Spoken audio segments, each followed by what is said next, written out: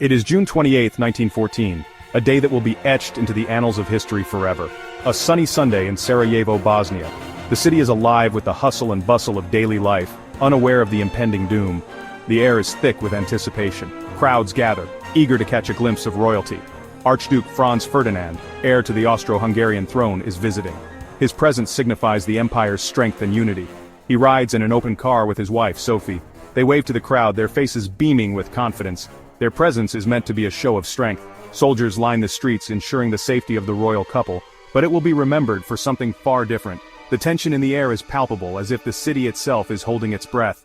As the car drives through the streets, a young man steps forward. His eyes are fixed on the Archduke. His name is Gavrilo Princip, a name that will soon be known around the world. He is a Serbian nationalist. His heart burns with a desire for freedom and independence for his people. He sees the Archduke as a symbol of oppression. To him, Franz Ferdinand represents the chains that bind his nation. In his hand he clutches a pistol, a weapon that will change the course of history. A shot rings out.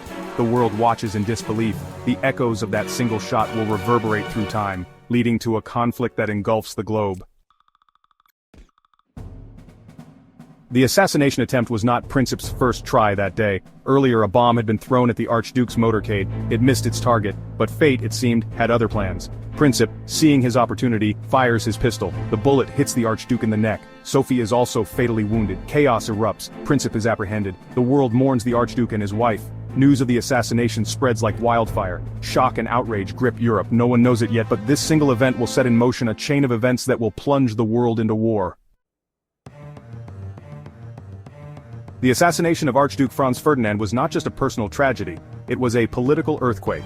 Europe in 1914 was a powder keg, ready to explode. Tensions between nations were high. Old rivalries festered. The assassination was the spark that ignited the powder keg. Austria-Hungary, furious over the assassination of its heir, blamed Serbia. Serbia, a small Slavic nation, had a history of conflict with the Austro-Hungarian Empire. Austria-Hungary saw an opportunity to crush Serbia once and for all. Section 4. A Tangled Web of Alliances. Europe in the early 20th century was a web of alliances. These alliances were complex and multifaceted, involving numerous countries with various interests and objectives. The major powers of the time, including Britain, France, Germany, Austria, Hungary, and Russia, were all entangled in a network of treaties and agreements that were supposed to maintain a balance of power and prevent any one nation from becoming too dominant. These alliances were meant to prevent war, but they ended up making it inevitable. The idea was that if one nation was attacked, its allies would come to its defense, creating a deterrent against aggression. However, this also meant that a conflict involving one country could quickly escalate into a much larger war, as allies were drawn in to support their partners. Austria-Hungary, emboldened by Germany's support, issued an ultimatum to Serbia. This ultimatum was a direct response to the assassination of Archduke Franz Ferdinand, the heir to the Austro-Hungarian throne, by a Serbian nationalist. The demands were harsh and designed to be unacceptable, giving Austria-Hungary a pretext to go to war. The ultimatum was designed to be unacceptable. It included demands that Serbia suppress anti-Austrian propaganda and allow Austro-Hungarian officials to participate in the investigation and prosecution of those involved in the assassination. Serbia's refusal to fully comply with these demands set the stage for conflict. Serbia, backed by Russia, refused to meet all of Austria-Hungary's demands. Russia, seeing itself as the protector of Slavic nations and having its own interests in the Balkans, was determined to support Serbia. This support emboldened Serbia to resist the ultimatum, knowing that it had a powerful ally in Russia. On July 28, 1914, Austria-Hungary declared war on Serbia. This declaration of war set off a chain reaction among the European powers, as the alliance system began to activate. The intricate web of alliances meant that a localized conflict in the Balkans could not remain isolated. The alliance system kicked in. Countries that had pledged to support each other in times of war were now bound by their agreements. This meant that what could have been a regional conflict quickly escalated into a full-scale war involving multiple nations. Russia mobilized its army in support of Serbia. This mobilization was seen as a direct threat by Austria-Hungary and its ally, Germany. The Russian mobilization was a crucial step in the escalation of the conflict, as it signaled that Russia was fully committed to supporting Serbia against Austro-Hungarian aggression. Germany, obligated to defend Austria-Hungary, declared war on Russia. Germany's declaration of war on Russia was a significant escalation, as it brought one of Europe's most powerful nations into the conflict. Germany's military strategy was based on quickly defeating its enemies, and it now faced the prospect of a two-front war. France, allied with Russia, mobilized its army. France's alliance with Russia meant that it was now drawn into the conflict as well. The French mobilization was a response to Germany's actions, as France prepared to support its ally and defend itself against a potential German invasion. Germany, fearing a war on two fronts, declared war on France. Germany's fear of being encircled by its enemies led it to take preemptive action. By declaring war on France, Germany hoped to quickly defeat one of its main adversaries before turning its full attention to Russia. This decision marked the beginning of a devastating conflict that would engulf Europe and the world. Section 5. The dominoes begin to fall. Germany's war plans hinged on a swift victory over France. They planned to invade Belgium first, a neutral country. This, they believed, would be the fastest route to Paris.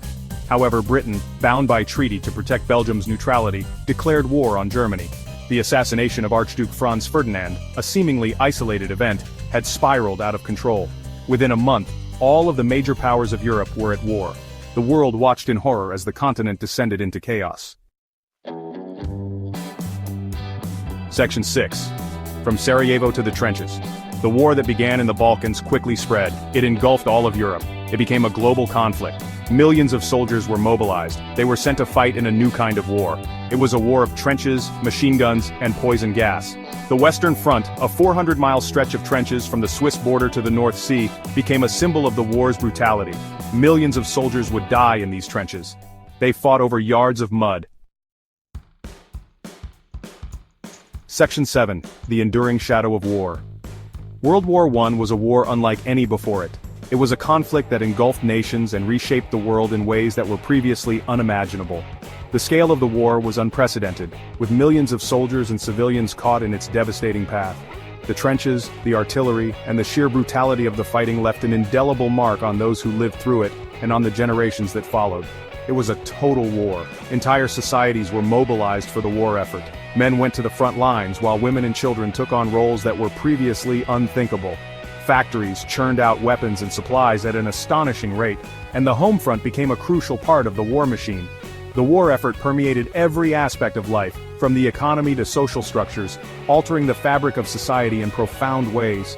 The war had a profound impact on the 20th century. It led to the collapse of empires. The Russian, German, Austro-Hungarian, and Ottoman empires all fell in the wake of the conflict, leading to a dramatic redrawing of the world map. New nations emerged, and old ones were forever changed. The political landscape of Europe and beyond was irrevocably altered, setting the stage for future upheavals. It gave rise to new ideologies. It sowed the seeds for future conflicts. The aftermath of the war saw the rise of communism in Russia, fascism in Italy, and other radical political movements across the globe. These ideologies would go on to shape the course of the 20th century, leading to further conflicts and revolutions. The war's legacy was one of both destruction and transformation, as the world grappled with the consequences of such a cataclysmic event. The assassination of Archduke Franz Ferdinand was a tragedy. It was an event that set off a chain reaction, leading to the outbreak of World War I. The assassination in Sarajevo was a flashpoint, igniting tensions that had been simmering for years. The world watched in shock as the conflict unfolded, realizing too late the far-reaching consequences of that fateful day. It was a turning point in history. The assassination highlighted the fragility of peace and the ease with which it could be shattered. Diplomatic efforts to prevent the war ultimately failed, and the world was plunged into a conflict that would change it forever. The events leading up to the war serve as a stark reminder of the importance of diplomacy and the dangers of unchecked aggression. It serves as a stark reminder of how quickly seemingly small events can spiral out of control. The assassination of a single archduke set off a chain of events that led to a global conflict. It underscores the interconnectedness of nations and the potential for small actions to have far-reaching consequences. The lessons of World War I are still relevant today, as we navigate a complex and often volatile world. It reminds us of the fragility of peace and the devastating consequences of war.